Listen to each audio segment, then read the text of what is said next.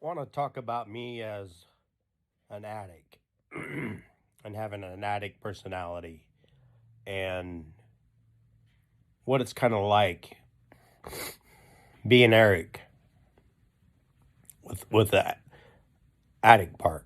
Okay, not the mental health, with the addict part. Uh, I've never skydived, um, but I'm sure I would love that rush. You know,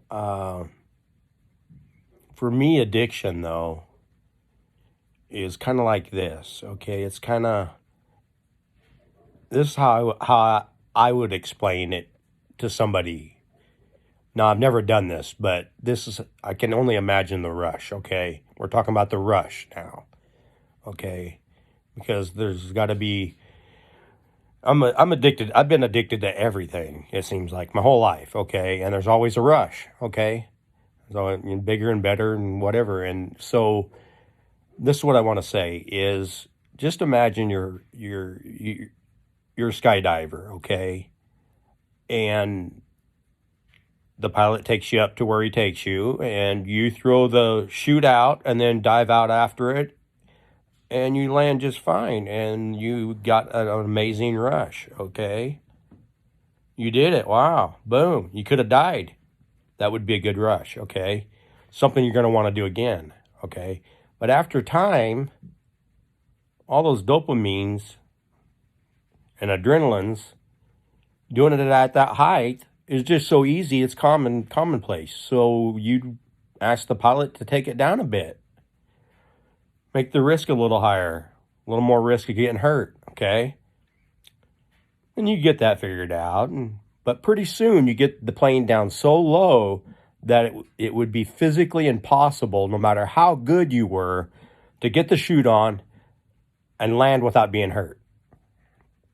Okay, now I'm the kind of addict that I'm going to push it to that. Okay, and I've been lucky.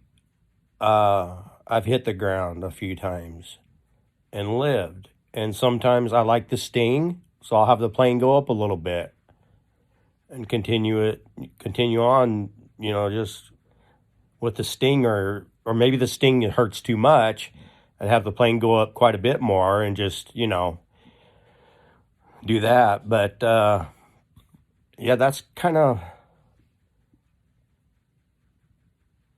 And then, but see, the thing is sometimes with addicts, once they hit the ground, it hurts too bad sometimes, and they say, "Oh, I don't want to never do that again," and they're on the road to recovery, or they move on to some other addiction to fill a safer addiction, you might say, or a better choice addiction, something that's positive in their life and somebody else's, like maybe exercise or something, But even then, people can get to extremes, they're eating an apple a day and running 20 miles a day and drinking 20 gallons of water.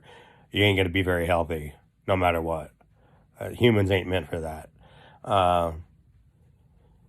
But yeah, addiction is kind of a weird thing. And the thing is while I'm in that, jumping out of the plane mode, bouncing on the ground, I think that I'm doing good. But I don't see the wreckage of all the stuff that I've done while doing that. It's once you stop and you look up and you see all that garbage that you left in your wake of selfishness, addictive behavior, that you realize that you got to do things differently. And some people do, and some people don't. And I don't care whether you do or don't. I'm not saying it's right or wrong. I'm just saying kind of how it works. I'm no counselor. I'm no therapist. I'm no freaking doctor. I'm just an addict with addict behavior, and I'm addicted to freaking everything.